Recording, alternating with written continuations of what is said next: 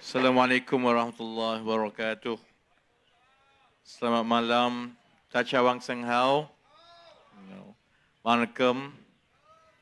Alhamdulillahirabbil alamin. Wassalatu wassalamu ala asyrafil anbiya'i wal mursalin wa ala alihi washabbihi ajma'in. Rabbi shrah li sadri wa yassir li amri wahlul 'uqdatam min lisani yafqahu qawli. Saudari berkesi majlis, dia nak bagi saya pentas. Dia nak suruh bawa balik pentas ni apa ni? Sahabat-sahabat pimpinan daripada Pakatan Harapan, daripada Barisan Nasional, daripada rakan-rakan dalam Kerajaan Perpaduan, saudara-saudari, bekas-bekas wakil rakyat. Sahabat-sahabat, terima kasih kita ada pada malam ini. Saya ingat kalau kita dapat 10 juta daripada Zuraida dah boleh mewah sikit malam ini. Tapi malangnya Zuraida pergi merayu dekat mahkamah rayuan pula kan. Jadi kena tunggu bila duit tu dapat. InsyaAllah selepas Minang duit tu dapat boleh buat kenduri besar dekat sini. Saya tak faham kenapa Tiben nak pergi buat laporan polis terhadap Sanusi. Biar ajalah Sanusi. Saya jumpa dia dekat Kedah lah kan. Ahli politik macam tu lah. Di atas pentas dia pumpang. Bila berjumpa dia tak cakap apa lah. Kan jadi saya rasa bila kita mula jawab, tunjuk, orang mula nampak, InsyaAllah kita akan dapat berjaya tunjukkan wajah sebenar. Baik. Saya sebenarnya penat tiap-tiap malam berceramah ni, ada 4 minggu lagi ni. Tapi kita tahu di Selangor, semua dapatan menunjukkan insyaAllah Kerajaan Perpaduan tidak akan ada masalah untuk memenangi dan terus meneraju negeri Selangor insyaAllah. Setakat ini tak ada tanda-tanda lah. Azmin kalau nak tempah baju untuk angkat sumpah boleh, tapi tempah yang murah sikit. Sebab kalau tak jadi malu saja kan. Jadi saya faham kalau tengok dapatan insya-Allah Selangor kita tidak bermasalah. Negeri Sembilan pun kita tidak bermasalah. Pulau Pinang pun insya-Allah kita tidak bermasalah.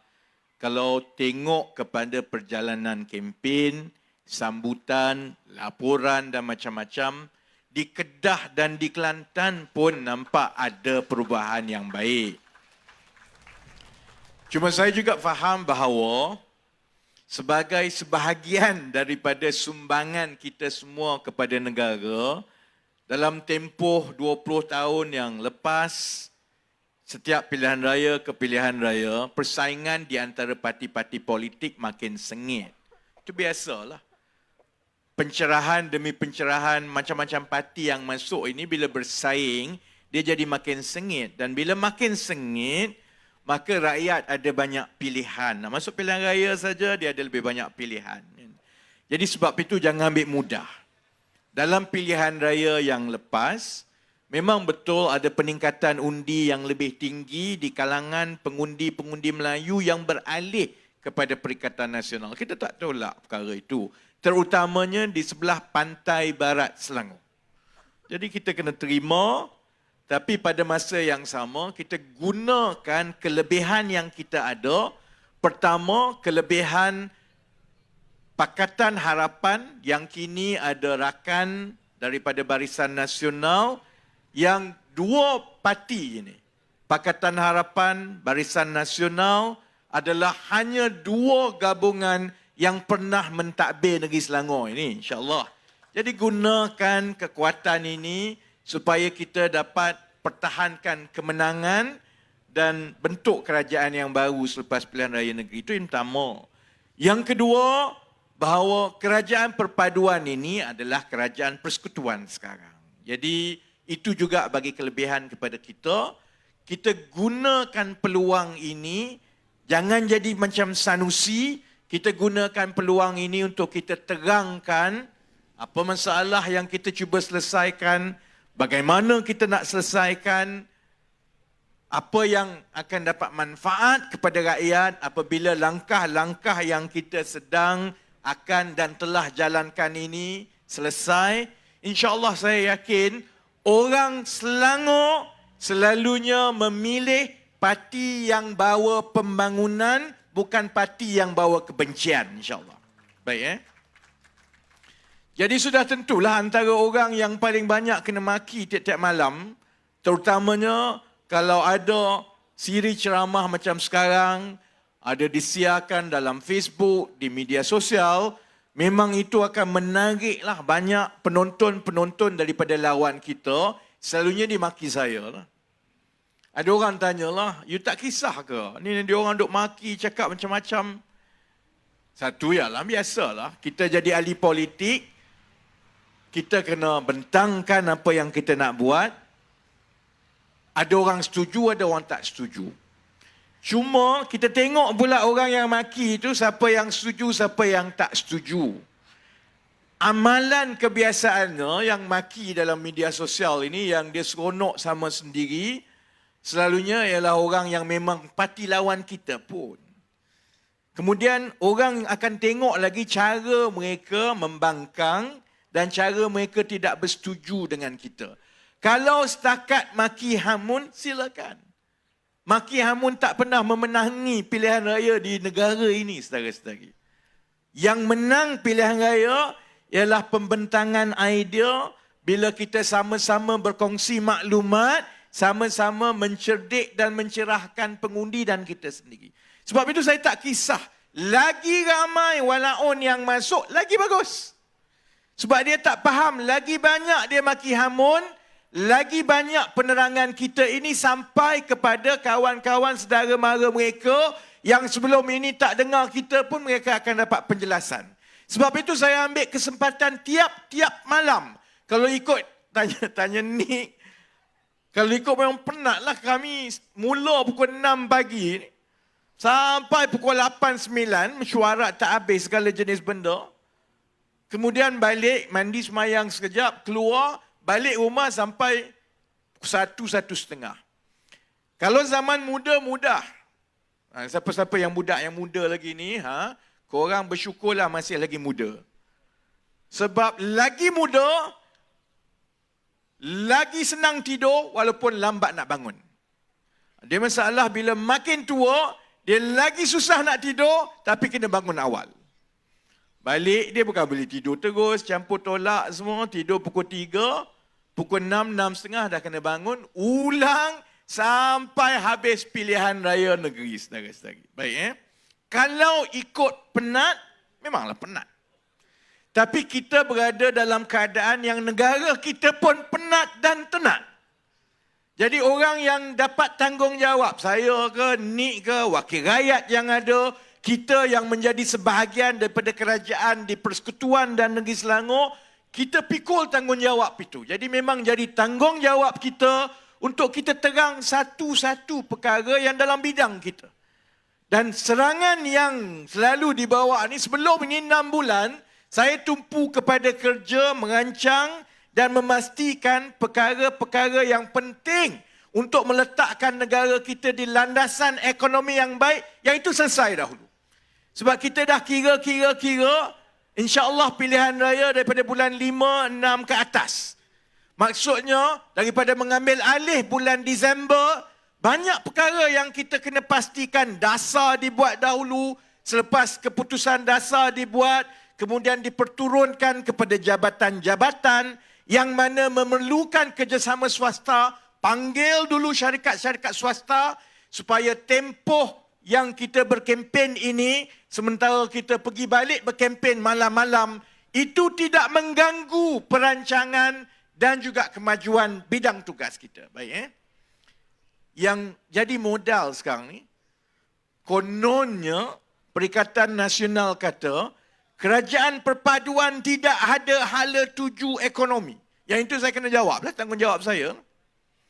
Saya kalaulah yang kata itu, Profesor Jomo yang ada PhD daripada ekonomi, daripada Harvard, saya dengarlah juga. Kalau yang kata tu contohnya yang memang ada pengalaman menjadi pengurus dana berpuluh tahun satu dunia, fahamlah juga. Ini yang dok maki tiap-tiap hari yang datang ini, kita nak cerita pasal inflasi pun dia tak faham, saudara-saudara. Ini jenis yang dia pakai dengar daripada TikTok, dia rasa dia yakin dia boleh jadi Menteri Kewangan Dunia. Jenis macam tu. Sebab itu malam ini saya nak ambil sedikit masa. Allah ni jam, tak keluar masa. Saya lupa charge jam dah habis bateri. Sekarang jam ni sleep mode pula. Habislah korang. Aku habis pukul 2 pagi sebab tak nampak waktu. Jadi saya nak ambil masa sedikit, walaupun malam-malam pukul 11 lebih, jangan fikir kita dekat sini, fikir yang menonton di seluruh Malaysia. Kerana kita selalu ambil kesempatan ceramah ini ialah pentas untuk kita memberi pencerahan. Dan antara benda yang paling suka nak difahami ialah soal ekonomi ni. Sebab orang kata Malaysia ni, kalau ikut Tan Sri Muhyiddin lah, Malaysia ni dah hancur dah. Hancur lebur dah ekonomi. Teruk dah. Bagaimana kita menilai perkembangan ataupun kemajuan ekonomi negara? Kalau kita keluarga senanglah, kita tengok gaji kita tengok harta kita tengok perbelanjaan kita, gaji, tolak perbelanjaan, tengok ada lebih, tengok hutang, tengok harta lah. Untuk negara, dia tak adalah banyak beza sangat. Lebih kurang macam itulah. Kita selalu tengok perkara pertama ialah pertumbuhan ekonomi. Yang orang duk kata pertumbuhan. Ataupun kalau nak nampak cerdik sikit lagi, beritahu pertumbuhan keluaran dalam negara kasar, KDNK. Saudara-saudari tahu ke tidak pertumbuhan semua ni sebenarnya maksudnya apa?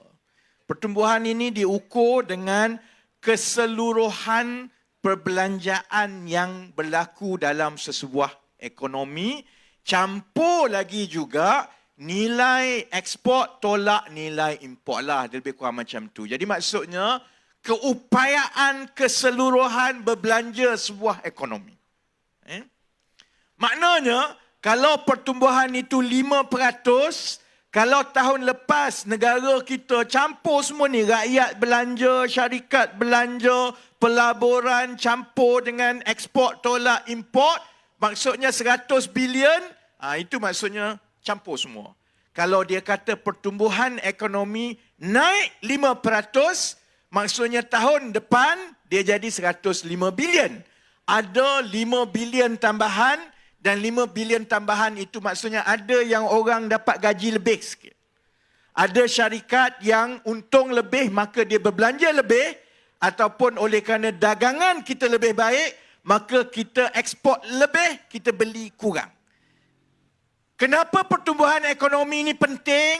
Dia tengok tiap-tiap tahun kalau berkembang cukup penting untuk kerajaan, untuk rakyat, kerana itulah hasil cukai negara. Syarikat banyak berbelanja, maksudnya syarikat ada pulangan yang baik, untung yang baik, ambil cukai jadi pendapatan kerajaan. Jadi, fungsi pertama ataupun kayu ukur pertama kita tengok ekonomi ialah kita selalu tengok pertumbuhan ekonomi. Pertumbuhan yang baik maksudnya ialah ekonomi itu berkembang. Bila ekonomi itu berkembang, kerajaan akan dapat hasil cukai lebih tinggi. Hasil cukai lebih tinggi maknanya kerajaan boleh bina jalan lebih baik, boleh bagi lebih banyak bantuan dan sebagainya. Itu yang pertama. Tapi ada masalah tau. Kalau berkembang, sebenarnya tak tentu bila pertumbuhan ekonomi itu naik tinggi, nampak cantik, tak tentu perkara itu yang baik. Ada syarat kedua. Syarat kedua dia apa dia? Harga mesti stabil.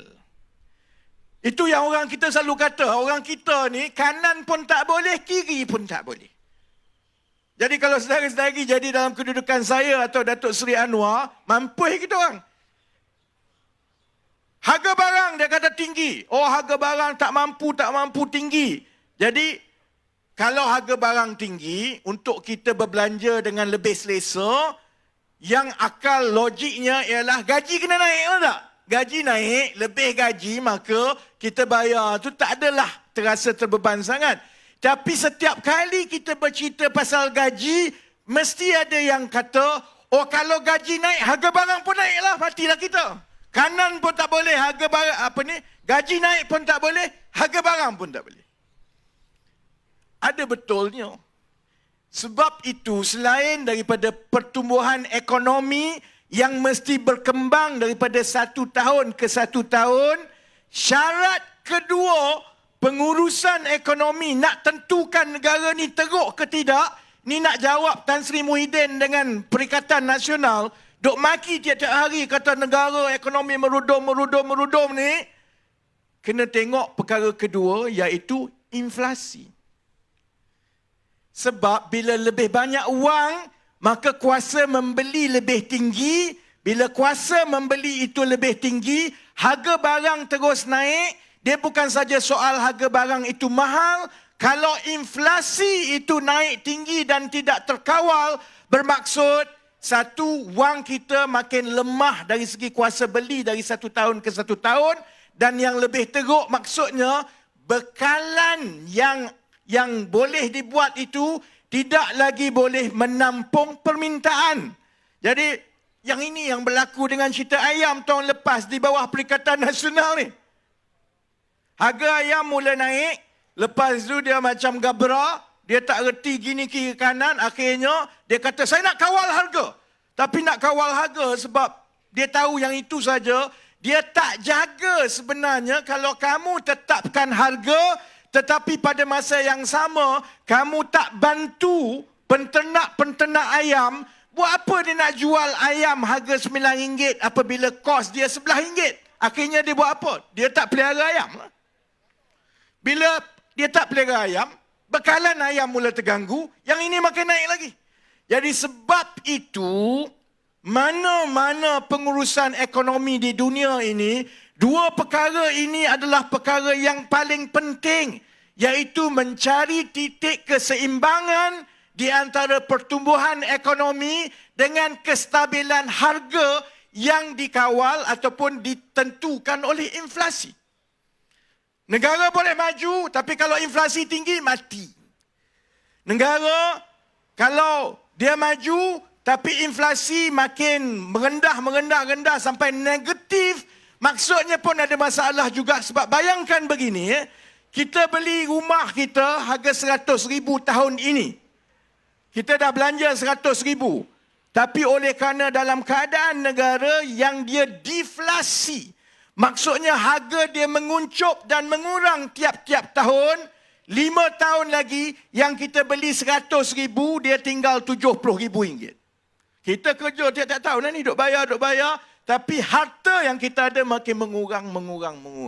Sebab itu, dua syarat utama yang digunakan oleh semua orang dalam dunia ini, kecuali walaun PN, hanya dua.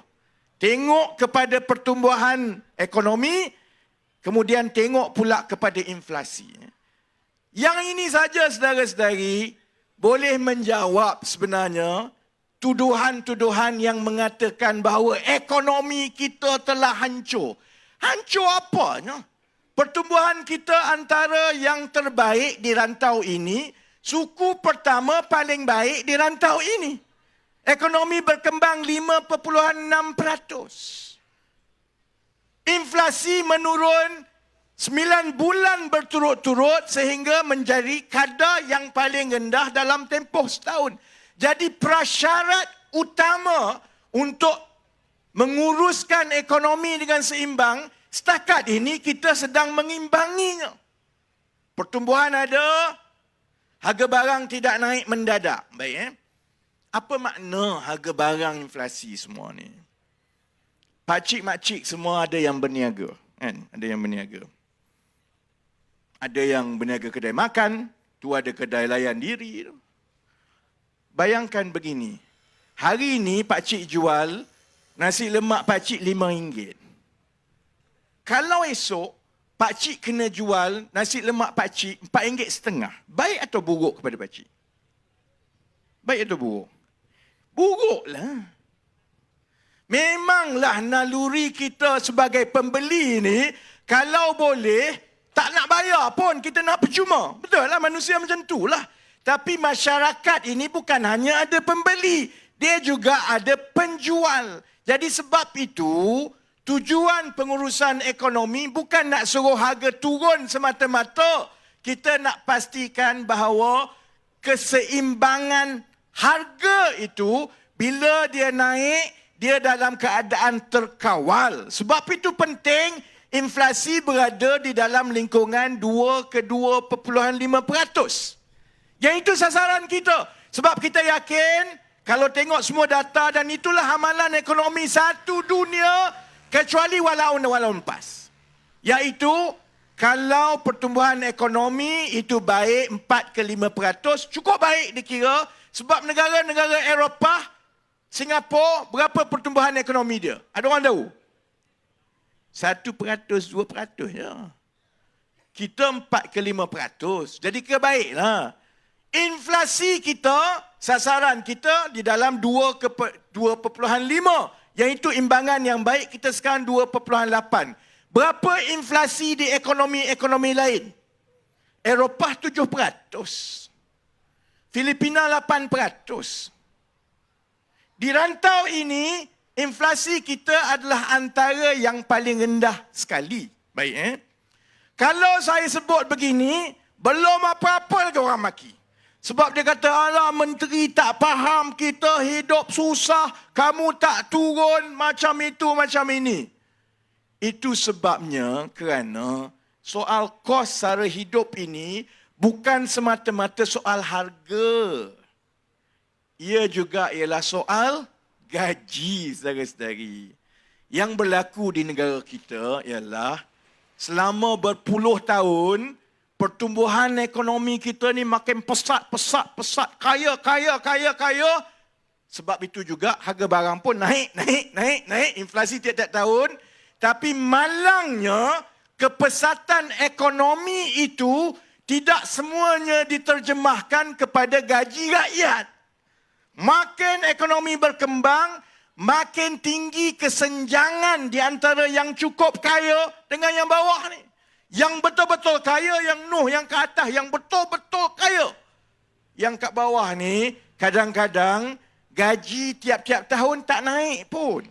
Kaki tangan awam naik berapa? RM50 setahun. Swasta, kalau dapat 2-3% tu cukup baiklah. Sedangkan inflasi makanan 6-7% setahun. Itu sebenarnya masalah sebenar ekonomi kita. Harga barang inflasi itu sudah berada di dalam sasaran yang baik untuk ekonomi. Pertumbuhan sudah ada sasaran yang baik juga untuk ekonomi. Tetapi kita kena tumpu pula kepada soal menaikkan gaji. Saya dah sebut tadi, mesti ada orang kata, lepas ni naikkan gaji ni nanti naik harga. Korang nak yang mana? Beritahu kat Menteri Ekonomi, korang nak mana? Korang nak harga naik tiap-tiap tahun ni tapi gaji tak naik? Nak ke korang? Dia sudah tentulah kita kena imbangkan dua-dua. Gaji itu perlu dinaikkan. Jadi orang tanya pula, kenapa gaji tak naik? Kenapa gaji tak naik? Sebelum ini, kita tidak ada apa-apa dasar pun mengenai gaji. Hanya lebih kurang 10 tahun yang lepas, kita mula memikirkan tentang gaji minima. Gaji minima. Gaji minima dulu mula 900, kemudian naik 1,200, baru-baru ini naik 1,500. Apa masalah bila kita hanya ada dasar gaji yang hanya menyentuh gaji minima? Orang kat bawah je lah yang kalau sebelum ini 1,200 dia naik 1,500. Yang lain tak dapat. Yang gaji dah memang atas 1,500. Tak dapatlah gaji minima tu. Tak ada kenaikan gaji lah. Yang eksekutif, yang diploma, yang sijil, yang technician, yang lain tak dapat apa-apalah. Maka gaji itu terus berbeza kerana setiap kali negara kita, syarikat kita, ekonomi kita berkembang, sebahagian besar keuntungan itu disimpan ataupun dapat balik kepada tokeh. Yang bawah. Sebab itu kita ada keadaan yang mana, semalam contohnya, semalam ya, ini hari apa? Hari Rabu. Hari Isnin ke tak? Hari Isnin. Semalam lah, hari Selasa. Selasa, saya ada satu persidangan ekonomi tapi dengan semua peguam-peguam kat Malaysia ni tak? Wakil-wakil peguam semua. Soalan yang sama, tanya pasal ekonomi semua bla-bla kan. Saya jawab balik lah. Yalah, ini masalah kita. Perkara biasa di firma-firma guaman. Yang budak baru kerja tu gaji dia 1,500, 2,000, 2,500. Senior partner yang ke atas tu gaji dia 200,000 sebulan. Beza antara yang bawah ni dengan yang paling atas tu sampai 100 kali ganda. Keadaan ini berlaku kerana kita langsung tidak ambil tahu. Maksudnya kerajaan sebelum ini menyerahkan bulat-bulat soal gaji ini kepada majikan. Majikan nak naik lah. Majikan tak nak naik, tak apalah. Itu bukan masalah saya. Sebab itulah selepas 20, 30, 40 tahun, kita berada dalam keadaan yang walaupun inflasi itu adalah baik dan menepati syarat inflasi yang baik yang seiring dengan pertumbuhan yang baik, tapi rakyat di bawah rasa terbeban. Yang ini yang saya nak tanya Tan Sri Muhyiddin Yassin, saya nak tanya Sanusi, saya nak tanya Haji Adi, saya nak tanya Menteri Besar Terengganu. Masa kamu jadi dalam kerajaan dulu, Perikatan Nasional 33 bulan ini, apa yang kamu buat selama 33 bulan untuk menyelesaikan masalah utama rakyat ini? Dalam keadaan sekarang kamu kata tiap-tiap hari, kerajaan ini tak buat apa-apa, kerajaan ini tak selesaikan masalah rakyat, kerajaan ini tak ada hala tuju ekonomi. Beza dia apa dia? Bila kita lihat keutamaan ekonomi negara, kita tumpu kepada yang rakyat dulu. Bukan sibuk nak buat lapangan terbang yang tak ada orang nak pakai.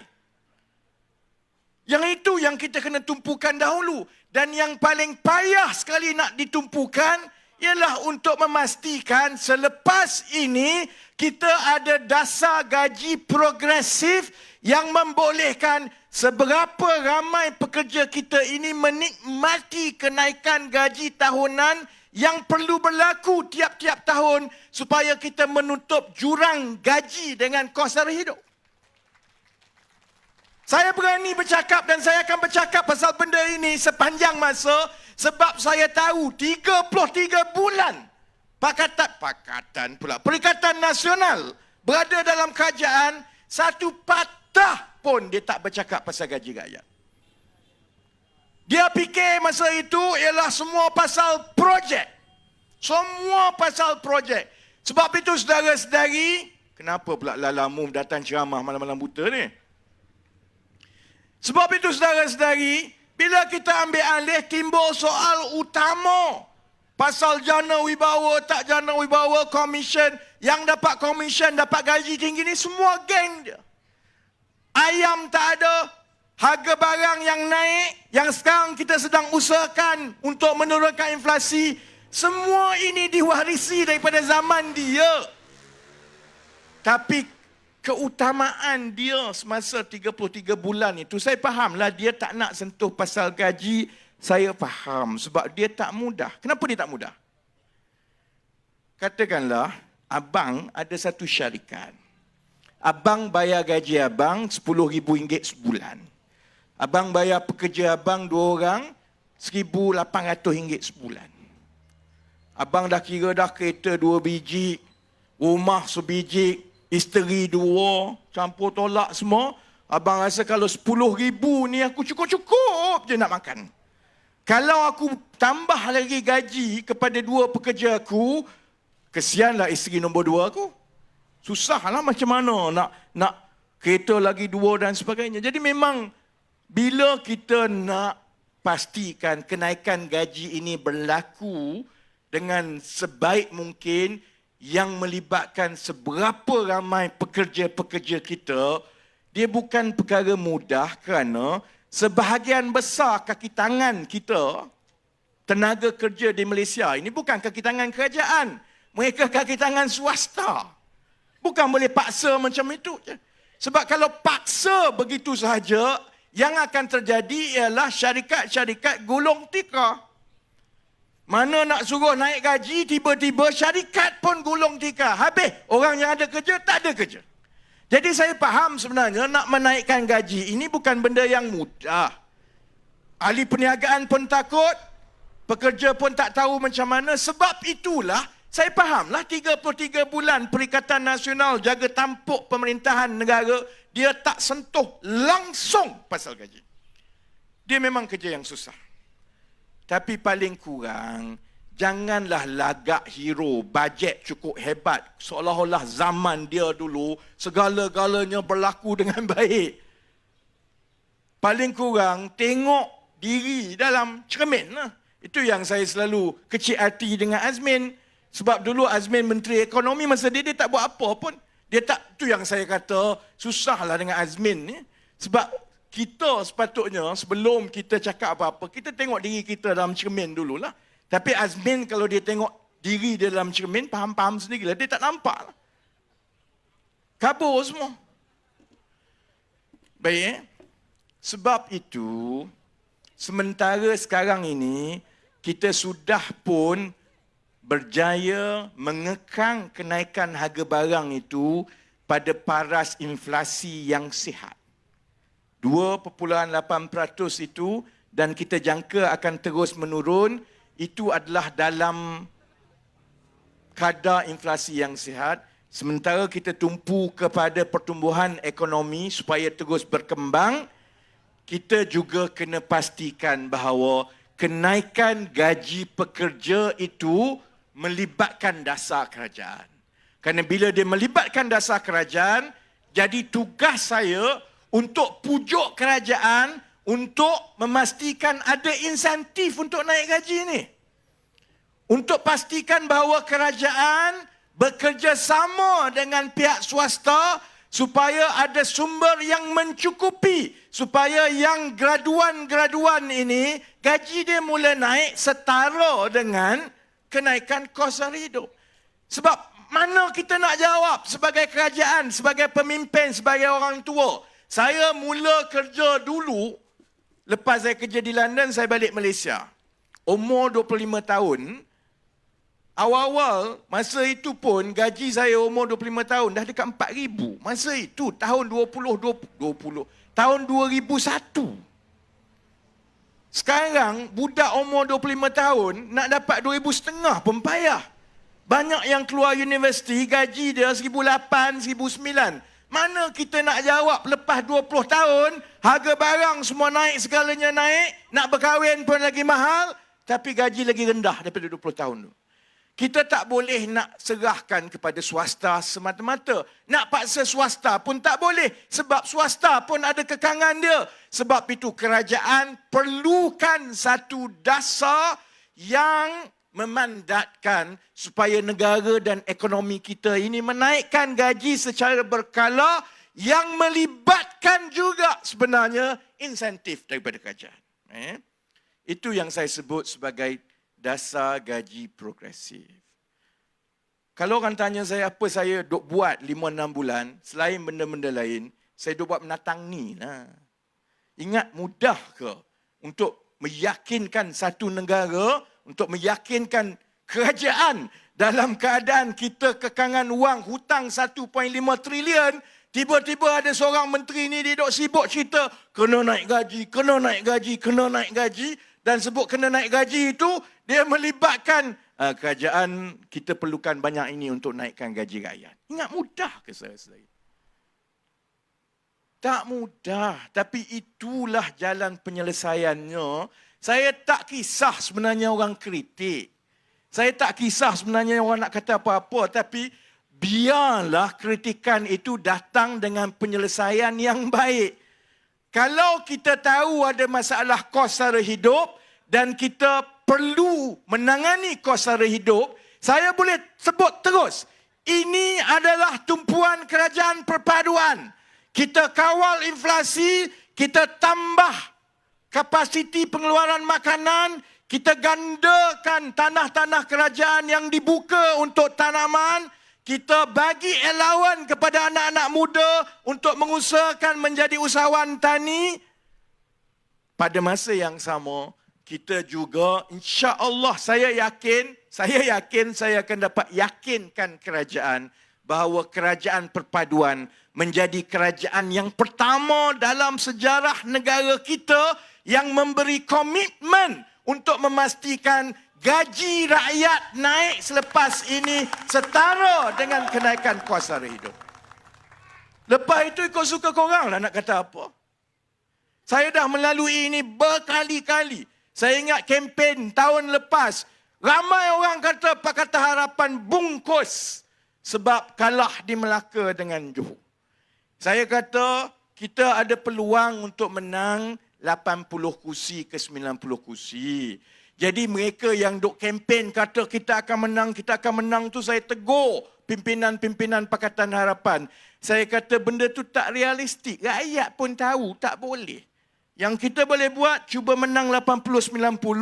Lepas itu kita tengoklah Allah dah takdirkan semua. Kalau jadi kerajaan, jadilah. Kalau jadi pembangkang, jadilah pembangkang. Masa tu saya ingat lagi, semua orang yang lawan kami, gelak kat kami, yang Pakatan Harapan marah kat saya macam nak makan saya. Saudara-saudari, akhirnya itulah yang jadinya. Zaman sekarang ni, bila dah jadi kerajaan ni, tak ada pun orang datang minta maaf dengan aku, maki hamun aku. Sebab dulu, bila YB kata hanya boleh menang 80, saya tak percaya, saya marah. Tak ada pun orang datang minta maaf. Macam itulah lumrah dunia. Masa kita cuba buat sesuatu yang boleh membawa perubahan, oleh kerana masyarakat, orang ramai ini, dia ambil masa untuk dia betul-betul faham dan hadam. Memanglah dia tak percaya, dia cynical, dia kata dia menyindir. Itu benda biasa. Tapi bila dah berlaku, saudara-saudari, bila yang perkara baik yang dibuat itu telah berjalan, insya-Allah masalah itu selesai. Dan bila masalah itu selesai, insya-Allah kita boleh fokus kepada perkara-perkara lain yang lepas itu menjadi keutamaan kita. Kerana bila kita kawal inflasi seperti yang berlaku sekarang, bila kita tumpu kepada pertumbuhan ekonomi yang mampan seperti yang berlaku sekarang, dan bila kita telah meletakkan dasar gaji progresif untuk memastikan naik gaji secara berkala untuk kita tutup jurang gaji dengan kos sara hidup ini, barulah kita boleh mula tumpu pula kepada projek-projek lain, kerana sebahagian besar rakyat kita telah pun mendapat manfaat daripada pengurusan ekonomi negara. Saudara-saudari, nak marah saya marah. Saya sedikit pun tidak akan minta maaf kalau tugas saya selama 6-7 bulan ini ialah menumpukan kepada orang biasa. Kalau adalah orang kata, oh kenapa masih lagi belum ada projek bilion-bilion daripada kamu? Adalah, 2 minggu lagi kami umumlah 25 bilion. Tapi sebahagian besar daripada tugas saya dan tumpuan saya memang kepada ekonomi harian setiap rakyat yang paling banyak. Bukan toke, bukan benda projek besar-besar, bukan pengumuman besar-besar. Lepas kita selesaikan yang ini, bermula 2 minggu ini, saudara-saudari, ni 27 bulan 7. Siapa yang duk kata kamu apalah tak ada pelaburan lah gitu gini, 27 hari bulan Julai, pastikan saudara-saudari baca surat khabar, tengok ceramah kami malam itu, kami akan umumkan 25 bilion pelaburan yang telah pun kita dapat komitmen. Ada sebahagiannya telah berlaku yang akan menawarkan peluang pekerjaan, 23,000 peluang pekerjaan bergaji tinggi yang baru. Tapi yalah, yang itu bila berlaku tu dia berlaku. Yang penting ialah kita selesaikan juga masalah harian rakyat supaya kita tidak mengulangi kelemahan-kelemahan yang lalu. Yang kaya makin kaya. Yang kita tengok kayangan ni sangat kayangan. Tapi kalau yang kat bawah ni, keluarlah universiti macam mana, cerdiklah macam mana pun, dia lebih miskin daripada mak ayah dia. Sebab zaman mak ayah dia gaji lebih tinggi, harga barang tak macam sekarang. Jadi itulah tugas kita sebagai kerajaan dan saya cukup berterima kasih kepada rakan-rakan dalam BN, dalam Kerajaan Perpaduan. Sebab saya nak sebut begini, saya tahu saya dan Datuk Seri Anwar adalah sasaran serangan utama pembangkang. Saya tahu. Saya tahu kalau saya jadi BN pun mungkin saya panik ni. Mampus aku ni. Tiap-tiap hari dia ni kena maki ni kan. Tapi sehingga sekarang nak tunjukkan betapa kami bersatu hati dan keserasian itu bukan mainan politik. Tidak pernah ada seorang pun lagi pimpinan Barisan Nasional atau GRS atau GPS yang mempersoalkan tentang perancangan dan prestasi ekonomi negara kita. Sebelah saya Tok Mat. Tok Mat orang korporat macam saya, pandangan Tok Mat tentang pengurusan ekonomi sama macam saya. Iaitu kita sebenarnya telah terlalu lama menangguhkan penyelesaian-penyelesaian yang sepatutnya kepada rakyat. Sudah tiba masanya, walau orang kata macam mana pun, kita kena selesaikan perkara-perkara ini, baru bila rakyat boleh bernafas, kita boleh kembali kepada projek-projek besar yang, yang sekarang ini Sanusi duk jaja mengata-kata. Jadi insya-Allah, saya tahu ceramah ini akan berterusan tiap-tiap hari untuk 4 minggu akan datang. InsyaAllah yang seterusnya, saya ulas secara terperinci tentang kedudukan mata wang. Jadi yang boleh hadir, yang tak boleh hadir boleh tengok di Facebook. InsyaAllah saya ulas dan saya maklumkan secara terperinci. Saya berharap dan mendoakan supaya bila kita mengundi dalam pilihan raya kali ini, kita mengundi pertama dengan akal, dengan iman, dengan hati yang baik untuk anak-anak kita. Sebab kita tak boleh mewariskan lagi masalah yang kita warisi sekarang ini kepada anak-anak kita. Hatta kalau bermakna kita kena bersusah-susah sedikit untuk beberapa masa yang pendek ini.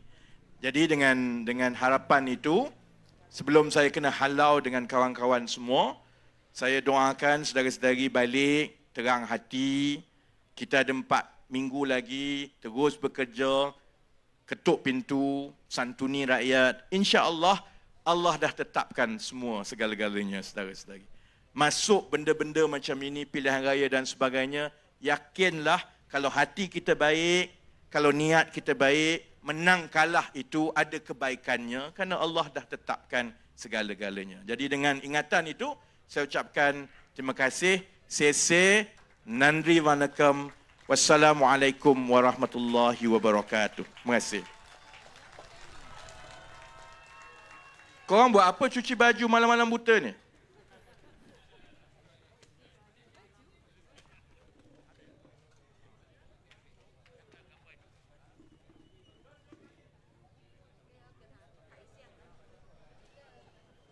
Mic test.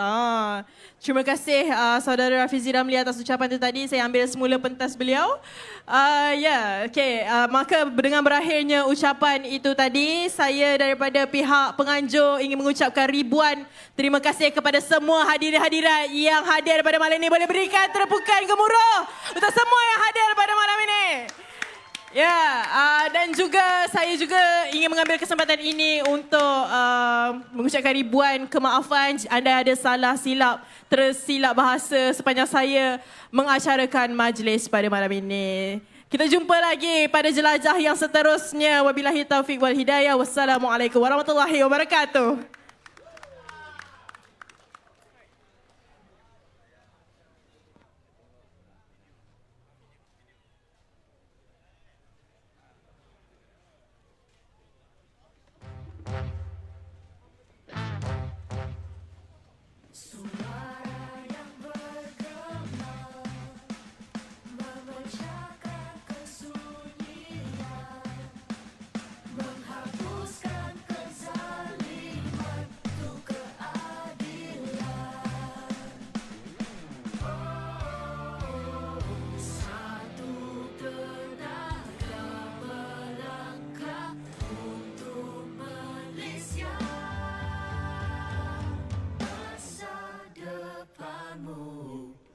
bersuara. Hey, marilah kita hey, bersama-sama bersatu untuk masa depan. Hey, hey, marilah kita hey, satukan jiwa sekata sepakat bersama. Tu negaraku Malaysia. Hey,